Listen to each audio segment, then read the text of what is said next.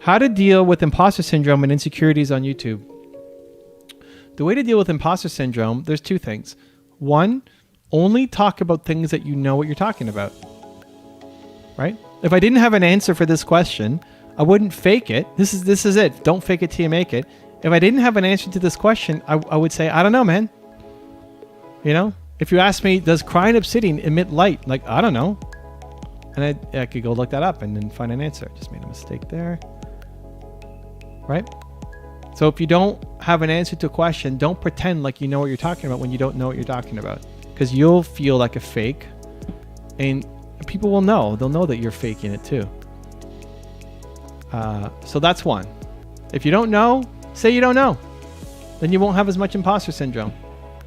And then step two is whatever advice you're giving, imagine you're giving it to the you from however many years ago, right? So if I was giving YouTube advice, be like, okay, imagine you were talking to younger you. Imagine you're talking to younger you. Would the advice you're going to share be valuable, be relevant? Would it help them?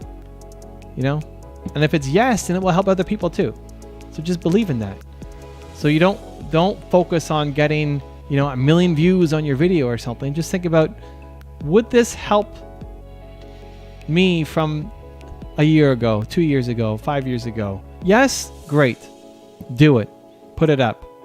Because often we feel like, well, we're not as good as whoever. We're not as good as Tony Robbins. We're not as good as, you're not as good as Evan Carmichael, right? You're not as good as whoever you think is really good. And we let that be the reason why we don't make. And that's not a good enough reason. You know, you could help younger you. You could help the you from 3 years ago. You could give that person a message that would mean something. It would make a difference. So just lean into that and know it, so then you can make it. So those two things. You're only making content where you have an answer. You know that you know what you're talking about for that thing.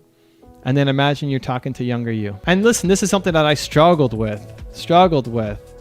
Took me so many years of making content to find my voice and feel comfortable and confident enough to it was one of my biggest things was, well, why would you want to listen to me instead of listening to Tony Robbins or, you know, whoever else you look up to? What does my voice matter? I realized, well, I do know what I'm talking about in some things. and I could go and help younger Evan.